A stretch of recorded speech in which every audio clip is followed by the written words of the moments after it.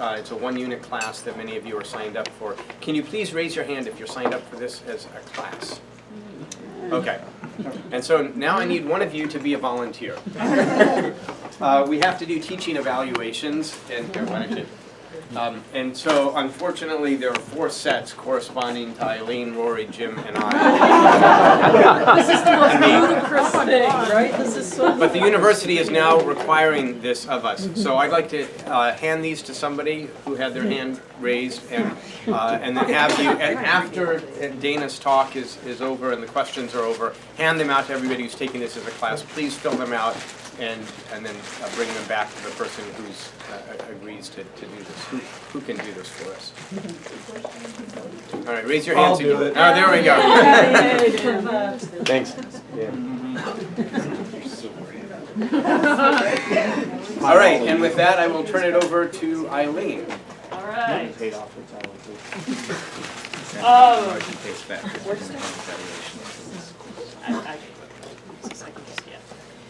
Okay. There we go. Couple quick announcements before I go to the introduction. The first is I have to run off right away after the talk again to ACUC meetings. There's a theme here, right? I always run.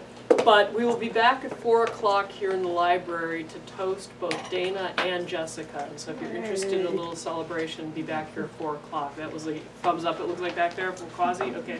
I think that was my primary announcement, so that everyone is aware and can join in if you would like to. Eileen? Yeah. I think we have a director's meeting in here from 2 to 5 today. Oh, it's not on the calendar. Oh, well. Is there? Elaine's pause? We may be regrouping? We'll send out an email. Okay, Herb Lounge. Yeah, Herb Lounge. Elena was looking, but... Yes, there is a meeting here from 2 to 5. Oh, okay, I thought I looked. Okay, Herb Lounge. 4 o'clock, Herb Lounge, and the directors can't participate, sorry. Okay. All right, down to business here. So it's my pleasure today to introduce Dana Lynn, who's presenting her finishing talk. That just in terms of the academic biography, before we get to the more personal and fun stuff, Dana got her undergraduate degree in 2004 from National Yang Min University in Taiwan. And at the time, she was training to be a radiation technologist, okay? So an X-ray technician. But at some point, she saw the light, so to speak, and decided to switch to evolutionary biology and ecology. And so went on to get a master's degree at National Taiwan University with Kirk Lin, who I've known for a long time, another vole biologist. And she completed her master's in 2008 working on white-toothed shrews. Now, mammalogists in the room will know it's really hard to live trap shrews. They tend to die on your right and left. But Dana managed to conduct a live capture remark study of white-toothed shrews, and it stands as one of the few studies that's been able to do that. So she kind of cut her creds in mammalogy with that project. And as you know, she's now come to Berkeley and will be finishing her PhD this year here at Berkeley. Along the way, Dana has accomplished quite a few things. She was a D-Dig recipient, I think the last round of D-Digs. Did you crash the program? Was that okay? So, D-Dig recipient. She's published 3 papers while here at Berkeley, including the first chapter of her dissertation. She's participated in a number of outreach and STEM activities, again often geared towards women in science. She's accumulated a large list of small research grants, including the Lewis and Clark Award from the American Philosophical Society, awards from the American Society of Mammalogists, Berkeley's BIME Award, and therefore a variety of things that indicate the quality of her work. She's also an avid rock climber, which kind of explains the situation today. And those of you who don't know, there was a little accident rock climbing, so Dana will be presenting her talk sitting down. Okay, my background with Dana, I'll get the right one here. We've actually known each other quite a while. I first interacted with Dana back in 2009, so about 10 years ago. I was invited to give a couple talks in Taipei, invited by Dana's master's advisor, Kirk Lin. And Dana was my local host, so she squired me around Taipei for several days. Here we are. I've forgotten which exact, you would recognize it, which exact place we are. But she showed me around a lot of the sites, the amazing sites in Taipei, and I laughed. We were laughing today. I almost wore the exact same shirt. So some things haven't changed. As part of that trip, Dana's lab group, whoops, I went the wrong way. This thing's back. We've spent a weekend trapping mammals up in the mountains in Taiwan, so a very different environment in Taiwan, and a great experience to go up into the mountains and see some of the wildlife there, but also Dana demonstrating again her mammal creds for me. So that was a great experience. But of course, no trip to Taipei in particular would be complete without a visit to the night markets. So Dana and I spent several nights trolling the night markets in Taipei, eating food. I have no idea what most of this is, but most of it was delicious. And of course, I can't get away with teasing her a little bit about, yes, she had me try the stinky tofu, which if you haven't, it's an experience, okay? But definitely worth doing. So first, I want to thank Dana for what was an amazing cultural experience in my life, and that was our first real interaction. It was during that trip Dana first indicated to me she was interested in doing her doctoral studies in the US, and she asked about Berkeley, and we had a pretty frank discussion about the cost of coming to school here and things like that. But it was clear she was really determined to do this.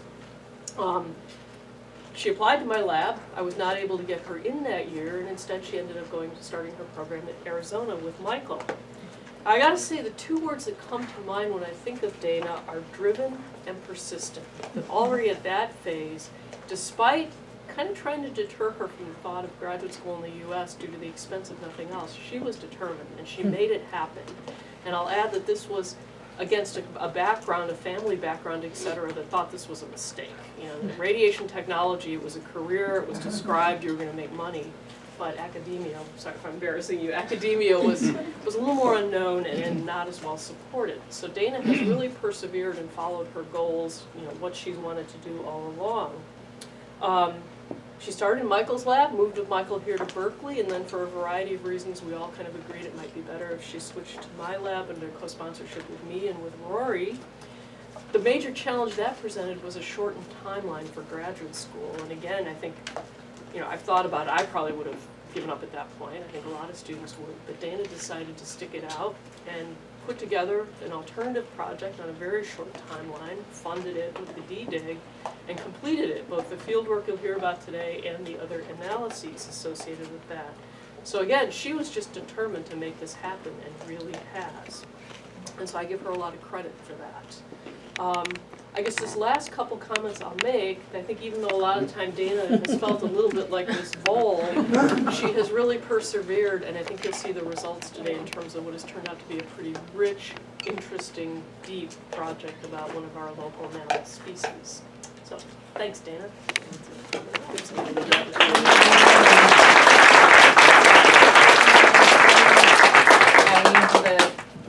Introduction. I feel like I traumatized her with the stinky tofu. And thank you everyone for coming to my talk today during this very last week of the semester. So I'm going to tell you what I have been doing with voles during this past couple of years. The most fundamental but central question in evolutionary biology is what is origin and maintenance of biodiversity. For example, why do some animals look similar but they're genomically very different? Or why some animals, they look very different but most of their genetic information are pretty similar? In other words, we're interested in the pattern of diversity and what are the biological process behind it. So as a mammologist who study rodents, I was really excited to dive into this diverse world of voles. And when I did, this is what I saw. So basically it's just a bunch of little brown fur voles. And so I have a challenge for you guys. How many species do you think there are here? Bill's counting over there. Yeah. 6. Anyone? 6. 6? They're all different species. Oh. Alright, so then how many species do you think there are here? 1 for now. Yeah, so looking at the contrast between groups that are that different and other groups that are so, the contrast so big makes me wonder what is biodiversity and how we should measure it. So for a long time, people have been looking at the traits that we can actually see and touch, including the cranial and the teeth morphology, as well as their pelage colors. But this is the only trait that facilitate our understanding of what is generating and maintaining this phenotypic variations. So as the technologies advance, now we know that we can actually measure things that are invisible to us. For example, we can look at DNA sequences at the genome-wide scale right now. And in my project, I will further look into 2 more traits that can be important to individual survival and reproduction. And that is gut microbiome as well as the smell in their urine. To quantify the phenotypic variation and potentially to narrowing down the biological process behind the pattern, my projects are designed under this phylogeographic framework. What I mean is that I will combine the information of phenotypic variation with phylogeographic structures. For example, here the phenotypes cluster well with their geographic distribution, and that also corresponds to their phylogenetic relationship. So in this scenario, it is possible that local adaptation will result in this pattern. And in this second cell, we see that the phenotypic variation basically dispersed geographically, but there is still a phylogenetic relationship among them. And in this scenario, the phenotypes is probably plastic or is due to gene by environment interactions.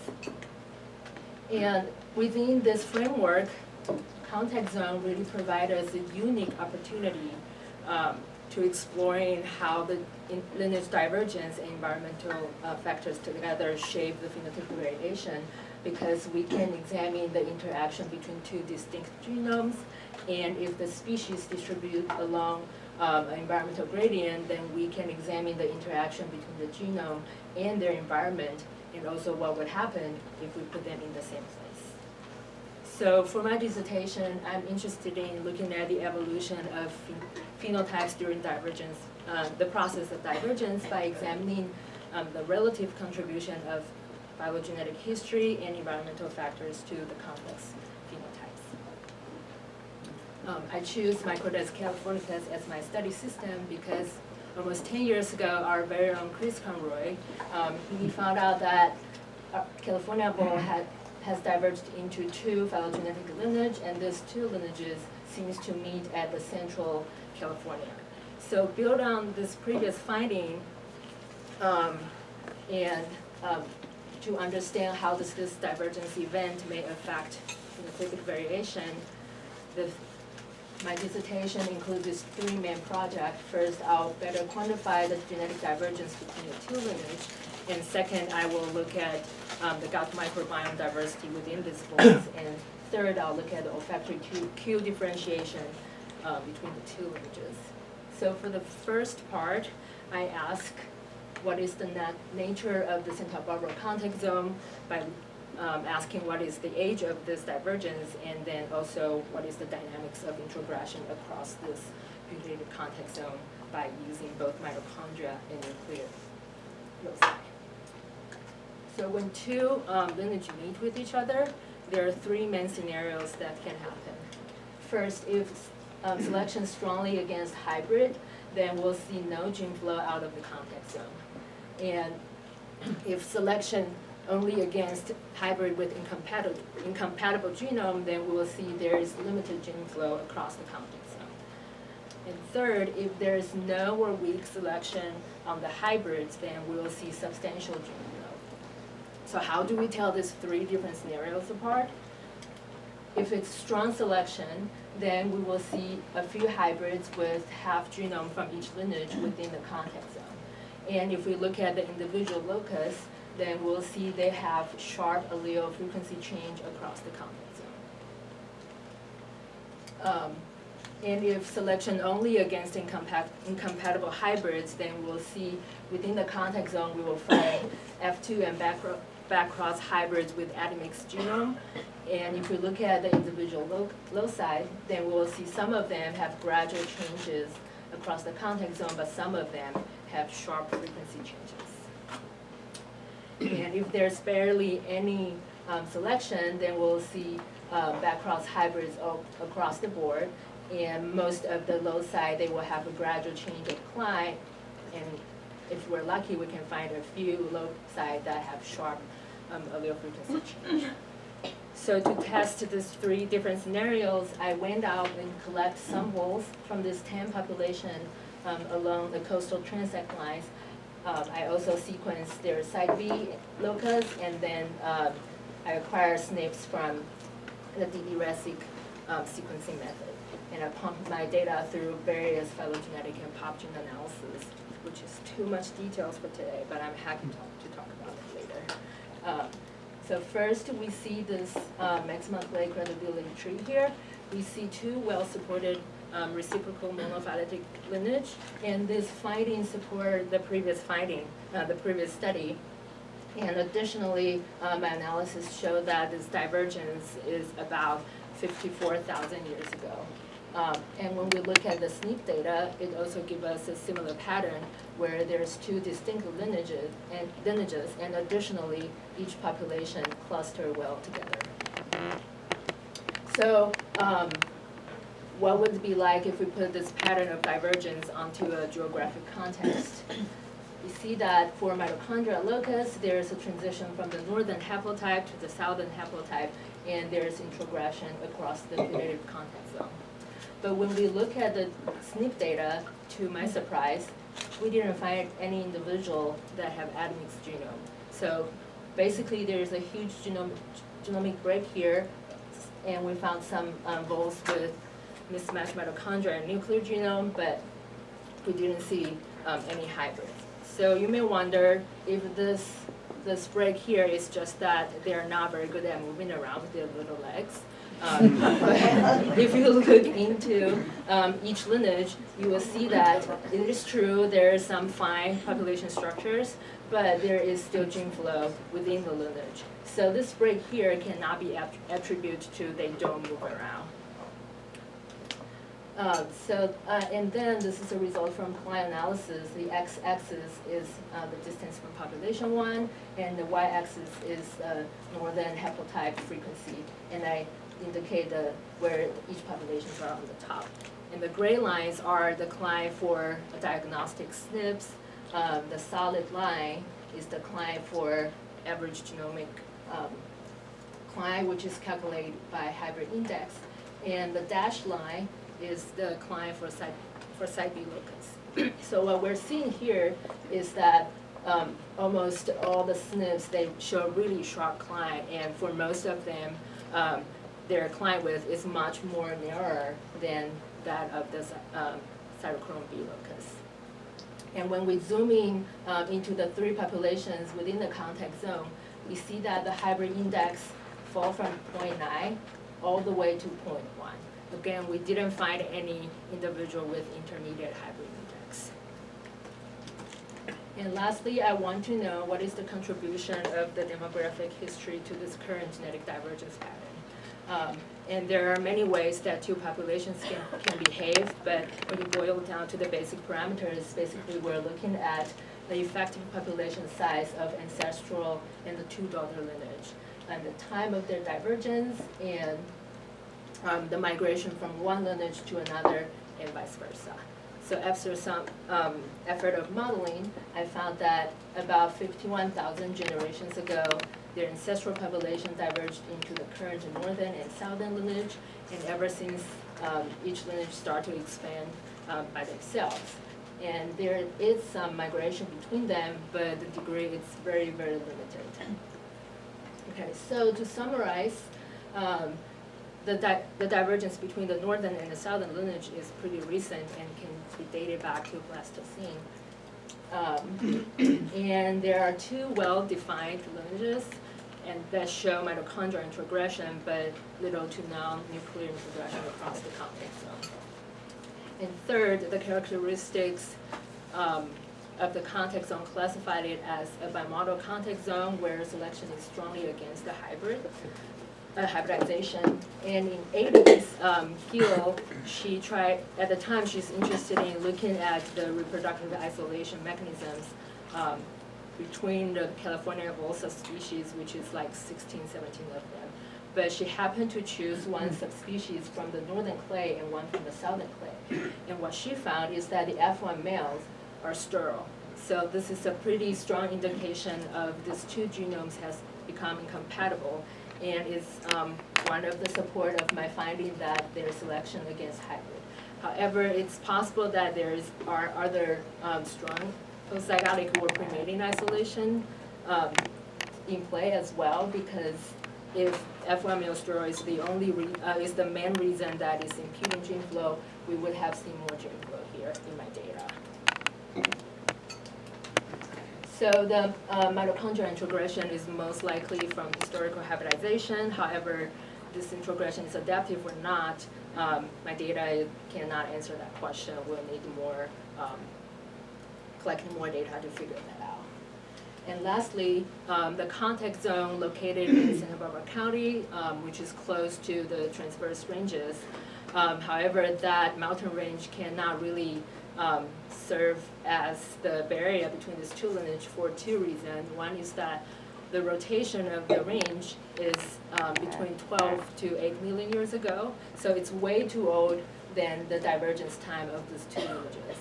And second, the highest top mountain in the range is still within the elevation distribution of the California vole. So in a way, it can't really serve as a physical barrier that impede the gene flow between them. All right, so now that we learned about the genetic divergence between them, I am going to tell you their gut microbiome. So more and more studies shows that gut microbiome is really crucial for our health, for individuals' health. So in a way, it's an important aspect of fitness. But exactly how does an organism acquire its gut microbiome? There are two modes of transmission that can get you your gut microbiota. One is the vertical transmission, and it just means you get your gut microbiome from your ancestor through maternal inheritance. And the second is horizontal transmission. This basically means you get your gut microbiotas from your surrounding environments, including where you are at, what you're eating, what your social partners have. And currently, there are a couple hypotheses can help us to understand the interplay between these two transmission modes and how does that generate the gut microbiome diversity that we're seeing. The first hypothesis is phylosymbiosis hypothesis. It's basically just saying that the gut microbiome diversity has an ancestral resemblance. And the second is hologenome speciation hypothesis. In this hypothesis, it further asserts there's a close interaction between the host and the hybrid, and the host and their gut microbiome, and therefore the hybrid will have a more different gut microbiota compared to either parental lineage because the incompatible genome of the hybrid and their gut microbiome. And third, the dispersal limitation is just again saying that what you have is what you get from your environment. And the California vole can be a potentially interesting system in testing this hypothesis because I just spent the last 15 minutes telling you that they just diverged very recently, but with a pretty pronounced genetic break.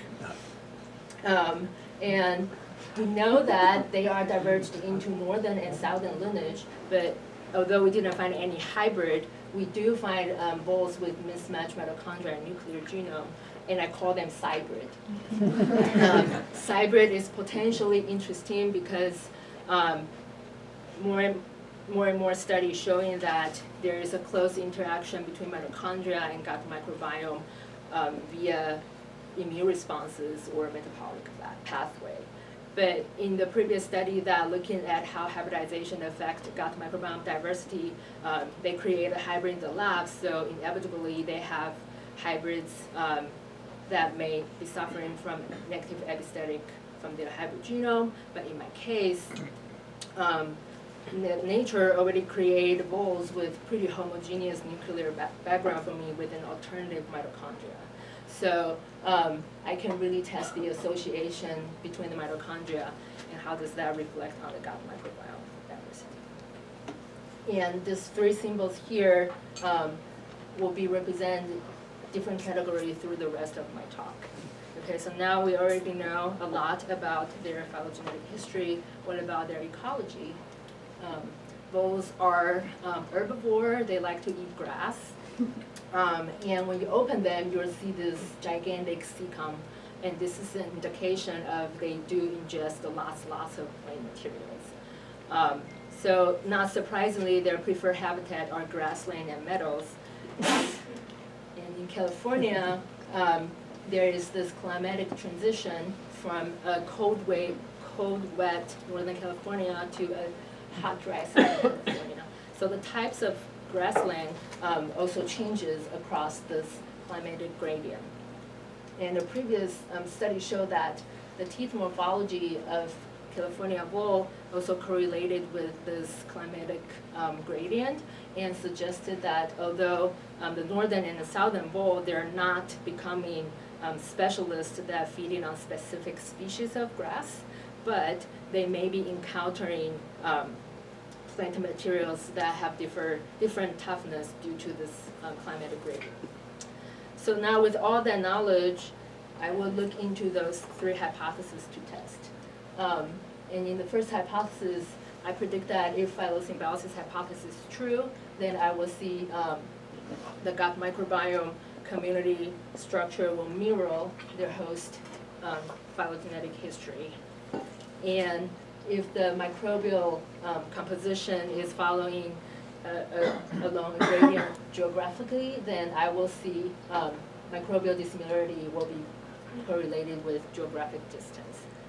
And lastly, if hologenome speciation hypothesis play a role in the system, then I predict that the hybrid will have different gut microbiome compared to either lineage, and the differences is likely to be greater than that between the parental lineages.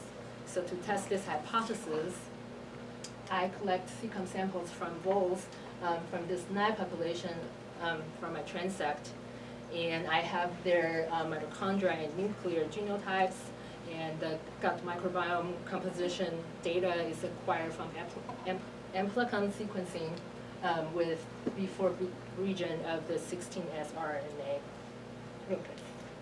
Okay, so this is the first result. This is a very busy PCOA plot, so you actually don't need to look very hard, but just to know that the microbial community structure differ among populations, and the pairwise comparison between each population's pair are significant as well, except to the two in the middle of the contact zone where the genetic breaks occurs. And similarly, microbial community structure differ between the northern and the southern lineage, and different between hybrid and the pure southern lineage. So if we further break down the genomic background of hybrid, then we see that the differences really comes from hybrid that has southern mitochondria on the northern nuclear genome. So at this moment, some of you may think that are these differences between genotypes that I show you confounded with by the geographic distribution of the California voles. And there are many different ways that we can tackle this question. First, we can look at voles within the contact zone, because then it will reduce the impact from different geographic region and also the distance between the host. So when I do that, it is true, most of the differences went away. However, the differences between hybrid that has southern mitochondria on the northern nuclear background and between the pure southern lineage still persist. And second, I mapped the microbial dissimilarity to the host genetic structure that I showed you earlier. And what I found is basically there is hardly any pattern. The similarity of microbial community did not reflect host phylogenetic relationships. And the third thing that I did is that I look at the correlation between the microbial dissimilarity and the genetic and geographic distance. So when I did that, I found if after I correct for geographic distance, then the correlation between microbial dissimilarity and the genetic distance went away. However, if I correct for genetic distance, the correlation between microbial dissimilarity and the geographic distance still persists, although the correlation is weak. All right. So far, what I've been telling you is how bacterial community structure can differ. Next, I'm going to tell you if there's any pattern revealed by individual bacteria taxonomy. So I found 3 OTU or bacteria that show differential abundance among populations. And one of them is not confounded by geographic distance. So in this bacteria, at the 2 ends of my transect, they have similar relative abundance, but as they move into the contact zone, the abundance start to become different. And also for this Pepilibacter, if we only look at vole within the hybrid zone, and we see that the cybrid has different abundance compared to the northern lineage, and this difference is greater than that between the 2 parental lineages. I also find an OTU that have different relative abundance between the northern and the southern mitochondrial haplotypes, and this difference is not confounded by geographic distance. And lastly, if we break down the genomic background, and then we see the 2 OTUs that show differential abundance between different genotype combinations. And again, Pepilibacter is confounded by geographic distance, but if we look at vole within the contact zone, then we see it's the cybrid that have northern mitochondria on the southern nuclear background is different from the pure northern lineage. So just a very quick recap, I found 3 OTUs that have different relative abundance under this 4 phylogeographic context. So quick summary, I didn't find any support for phylosymbiosis hypothesis. However, I did find some support for dispersal limitation, including the differences among locality and also the correlation between microbial dissimilarity and the geographic distance. And I did find some support for whole genome speciation hypothesis that include the differences between hybrids and the pure parental lineage, and also seems like there's differences in abundance within and outside the contact zone. But since it takes a more stringent test for whole genome speciation hypothesis, I would just put a maybe here since we're on the right direction. All right, so now we are going to switch gear to look at our last part of my project, which is the factor Q differentiation between these 2 lineages. By looking at the phylogenetic and environmental impacts on chemical differentiation across the contact zone. So chemical senses are one of the major communication channels for rodents, and the chemical cues in their urine can be used for mate choice, individual identity, as well as species recognition. During the process of divergence, if the mating preference and or their mating cue diverged as well, and therefore facilitate assortative mating, then behavioral isolation can happen. So it will help in maintaining the differences between the 2 lineages.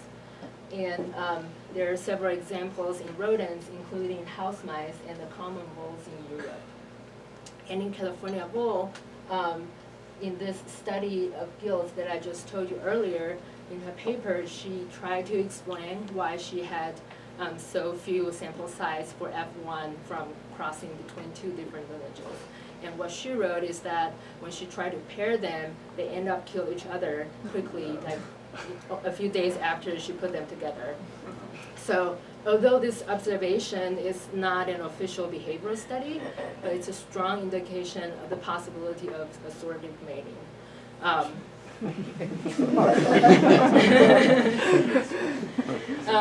Okay, so far, what I'm telling you is all from the mating behavioral side, but none of this study have any description about the mating cue site. And this is true when you look into the literature of looking at the natural variation in olfactory cues. And in the literature, most of them come from groups of salamanders and then also various insect taxa. The patterns emerged from these studies is that the chemical cues, the differences of them are correlated with genetic distance or geographic distance. And when sister taxa are in symmetry, their chemical cues becomes more different. And also in the tiger moths here in North America, the chemical cues from individuals from within the hybrid zone is more different from that of individuals from either lineage outside the hybrid zone. But since there is no good examples in mammals, I would just use the California vole to test against the patterns that has described in this taxa groups. So for the first hypothesis, if older gene covariation hypothesis is true, then I predict that the differences in their olfactory cues will mirror their phylogenetic relationship. And second, if the chemical dissimilarity is due to the source from the environment that follow the environmental gradient, then I predict that the dissimilarity in chemical cues will be correlated with geographic distance.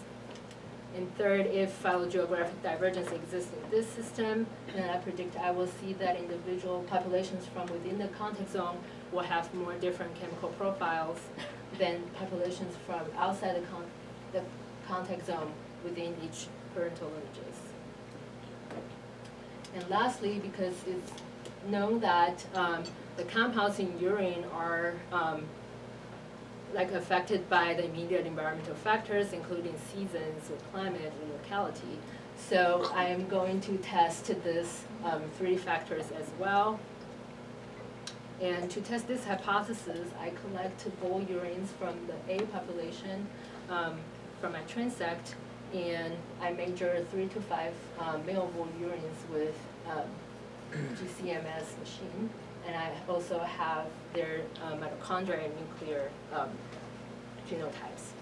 And because GCMS machine mostly detect volatile and semi-volatile molecules, this will be the part that I'm focusing on.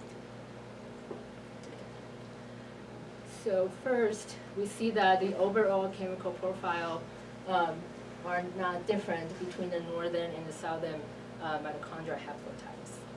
And the same is true for looking at genotypes. And I'm not showing you a slide here, but I didn't find any correlations between the overall chemical dissimilarity and the genetic distance. However, I did find the overall chemical profile differed between populations from within the northern lineage and population from within the context zone. Okay, so moving on to environmental factors, I see that the overall chemical profile differ among months of collecting, but when I do post hoc tests, I didn't see any significance from the pairwise comparisons. And similarly, the overall chemical profile differ among sampling locality, but post hoc tests show no differences when I do pairwise comparisons. And again, I'm not showing you the data here, but believe me when I tell you that there's no correlation between the overall chemical profiles and the climatic factors or the geographic distribution. Okay, so far I've been telling you the patterns of chemical profiles, and now we're moving into the individual compounds. So I found 3 compounds that show differences from population within the contact zone and populations from within either parental lineages. And I'm only showing you 2 examples here. And I found 7 different compounds that show differences. They have different relative abundance across months of collecting and again, I'm only showing you 2 examples here, but there is no specific trend showed up like over the change of the course of the season. It's more random. And third, there are 3 compounds that show differential abundance across sampling locality. Here are 2 of them. And again, the differences is more random instead of a geographic pattern. Okay, so to summarize, I didn't find any evidence for isolation by distance or climatic factor. However, I did find some evidence to support months of collecting and locality will affect certain aspect of the olfactory cues. And I didn't find support for odor gene covariance, but I did find some support for phylogeographic divergence. However, at this point, I'm not exactly sure how to explain this pattern of divergence. Just to conclude it really fast, I found that the California vole has diverged into 2 distinct lineages, and the divergence is really young. It seems to be that there is some historical introgression, and that would explain the mitochondria crossing over the contact zone. And from the current genome-wide pattern, we think that there are strong post-zygotic selection or permeating isolation. And for the second part, the distance is better in explaining the gut microbial diversity in these voles than the phylogenetic history. However, I did find some differences between cybrid and their parental lineage in both the bacterial community structure as well as individual OTUs. And third, the olfactory cue is affected by both phylogeographic divergence as well as a few intermediate environmental factors. So just like many other PhD students, I set out to find answers for my questions, but in the end, when I look at my data, I just find more questions from them. So it's like an endless quest. But hoping that building on my finding in the future, we can look at what reproductive isolation mechanisms are in play in this system. And there are several ways we can do it. We can keep zooming in to the contact zone, and hopefully we can find natural hybrids and do some admixture mapping. Or we can bring them to the lab and do some common garden experiment and manipulate them. And second, when I was looking at my gut microbiome data, a lot of time I'm looking at unknown, unidentified, uncultured OTUs, and that is because the gut microbiome in non-model organism is really not well studied. So in the future, I hope some microbiologist, aka maybe Tai Chi, just kidding, that can go on and identify or culture this bacteria, and it will help us to broaden our understanding of gut microbiome diversity in the natural population, and that will also facilitate the functional study of the symbiotic relationship between small mammals and their microbes. And lastly, I have similar issues when I'm looking at the urine data. When I just started this project, I have people telling me that, oh, how different mammal urine can be, they're just the same. But that's not the case, because I really had a hard time to identify the compound from the chemical library they have. So obviously it's pretty different, and hopefully in the future there will be a chance to identify this volatile and semi-volatile compounds. And also, this part of the compounds is just a portion that contain olfactory cues in their urine. There's other parts as well, like proteins. And that is not studies in there. I didn't get those data in this current study. So hopefully in the future we can look at those aspects as well. And with those information, it will help us to design a functional study and actually link behaviors to olfactory cues. All right, so finally, and for real this time, that I would like to take a step back from the California vole and think again about what is biodiversity, because when you're looking at this cryptic species, it's not that they don't have variations. They do, it's just that we don't really see them. So it's biodiversity that describes so far biased by human perceptions. And to deal with this cryptic species, we really need to think outside of the box because, you know, first I just, there are some variation, we just don't see them, and also they can tell themselves apart, it's just that we can't. So how do we do it? And you know, it is very straightforward to compare trait that is absent or present, or trait that is controlled by a few genes with a major effect. But what if those traits doesn't exist in this cryptic species? Then what are we going to do? I'm going to throw the towel and say they're all the same. But nowadays we know that there are some traits that are comprised of multiple elements, and the emergent property of those elements and the individual elements can have different biological meanings. But unfortunately, those traits are affected by environment to a certain extent, so they're not favored by researchers so far. However, maybe some of those traits can really inform us about the variation of phenotypic diversity in the cryptic species. Okay, so now I hope that at the end of my talk, I have shown you that the cryptic species can really provide us insight into understanding the origin and the maintenance of biodiversity, and hopefully, because it really forces us to look into the trait that is difficult to measure or overlooked before, and hopefully from there it will lead us to understand and learn more about the biological process that create this not so obvious pattern.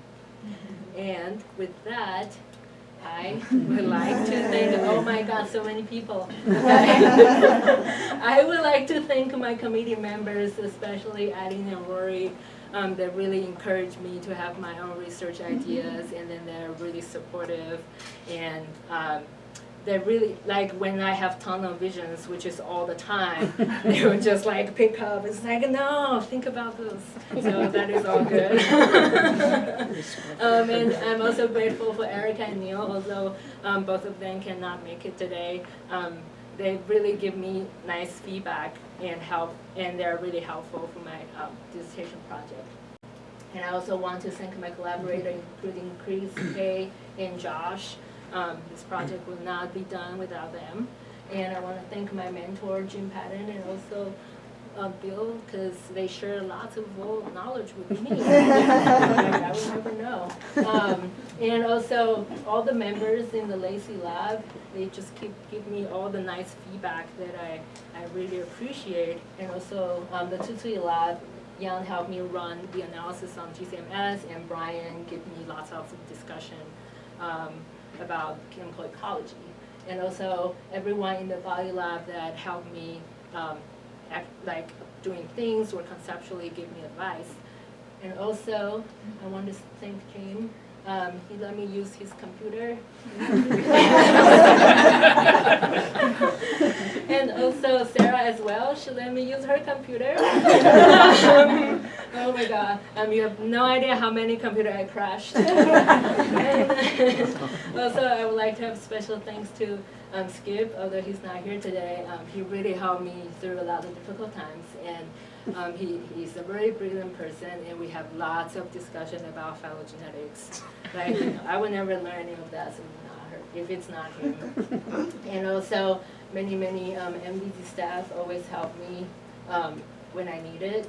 And also the behavioral group, I'm only listing Alias Lab and Roy here, but also there's Susan, Ashley, and many other people.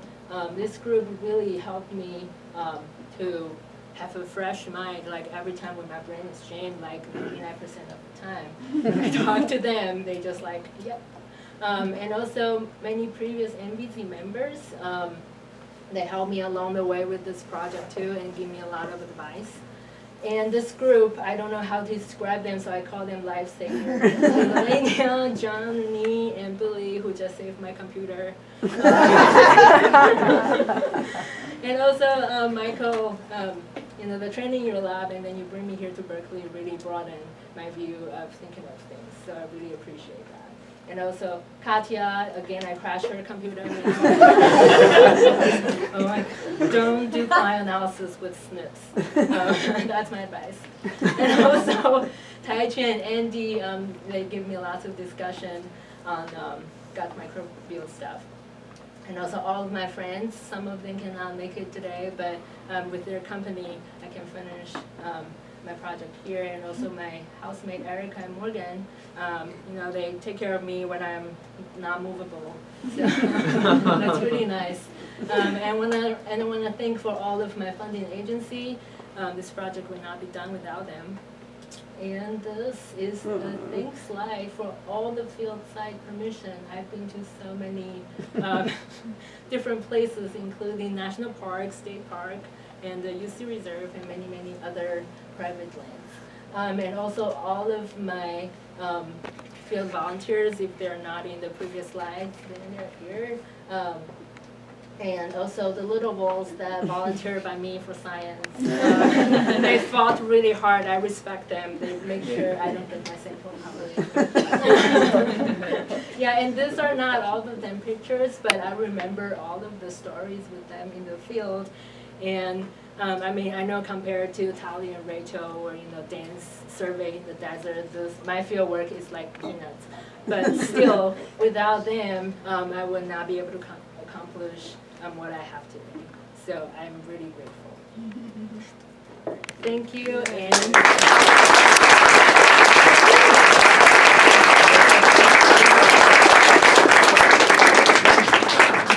All right, we do have time for some questions. Maybe we should have show of hands anyone who was not listed in the acknowledgement. Computer Dana did not crash.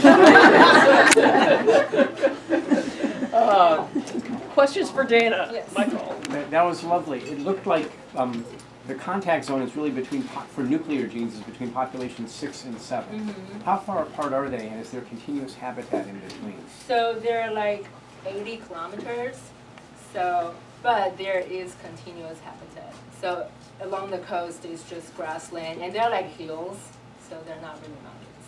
So that's where surprised me, because there's no giant river or high mountain to break them at that point.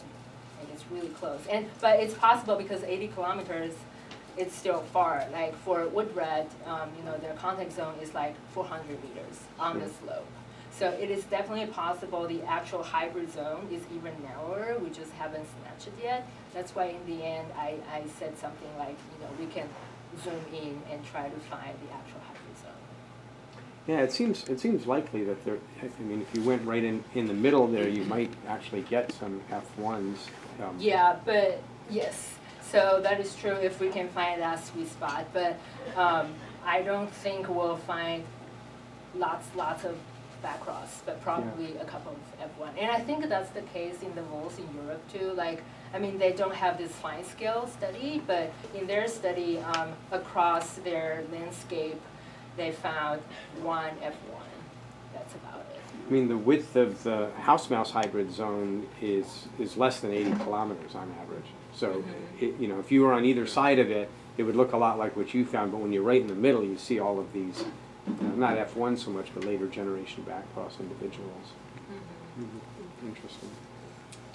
Great stuff. Thanks.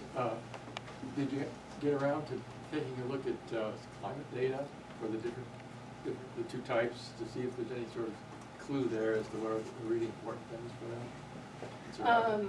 In terms of gut microbiome or? Well, just in terms of survival. Oh. You could get at maybe by analyzing habitats in more detail. So I actually look at the climate data and I don't see any differences, but I agree with you, the climate may be too coarse. I'm not sure what is a better way to refine the habitat type. I need to think about that. I'm not sure what is a good way to quantify it in a very fine scale. just along the line of climate, you mentioned that, at least contemporarily, there's not really a strong climatic break, but if the divergence time is like 45,000 years ago, yes? Yeah, 54. Okay, 54, I got it backwards. Regardless, what was the climate like at that time? Because if it was during one of the glacial periods, then the transverse range may have provided a barrier because the climatic zones would have been shunted down the mountain.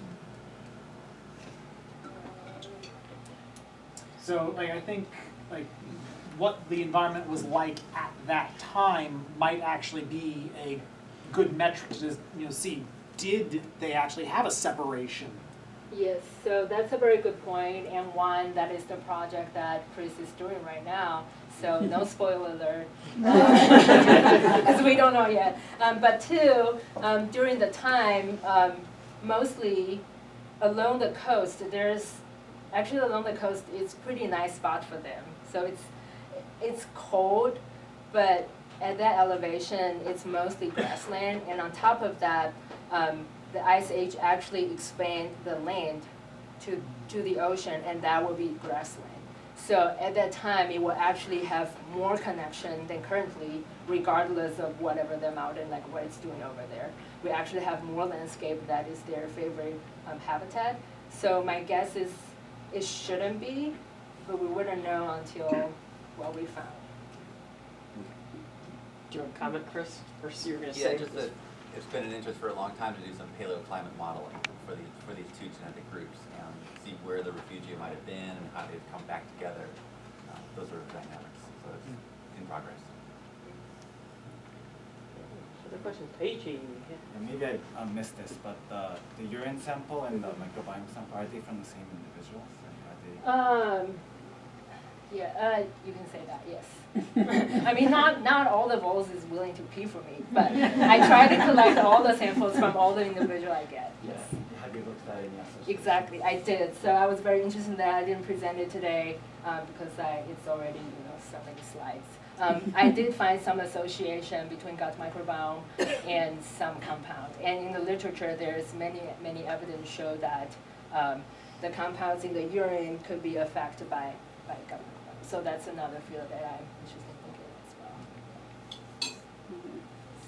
I was interested in that one tidbit you talked about too, about the animals killing each other, the males and females that were put together that were not from the same population. So is that sort of normal in other voles from other places? Are they really territorial, or what?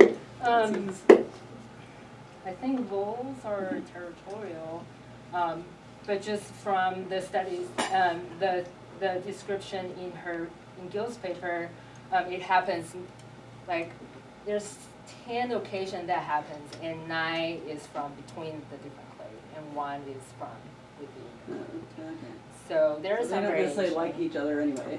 Yeah, but I don't know if we have more observation. Yeah, no, I think I can contribute to that. Yeah. They're, I mean, within the same population, they keep their own territories. Usually, all the males have often, depending on the densities, it's a really complicated question. Yeah. The males have a larger area and associate with more females. Right. But they know each other already, so it's... Yeah. Other questions?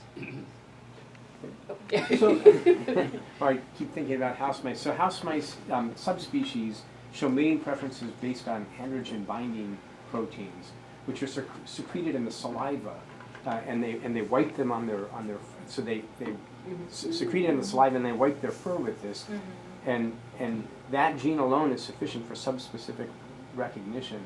So you have a vole genome now, right?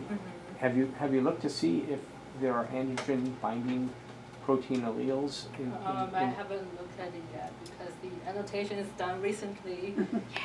So that's not in the urine, it's in Yeah. the saliva, and it's Yeah. pretty interesting in mice. How stable is it? What's that? Could you get it off of a study skin? I don't think so. 'cause Yeah, it's I don't saliva. think so.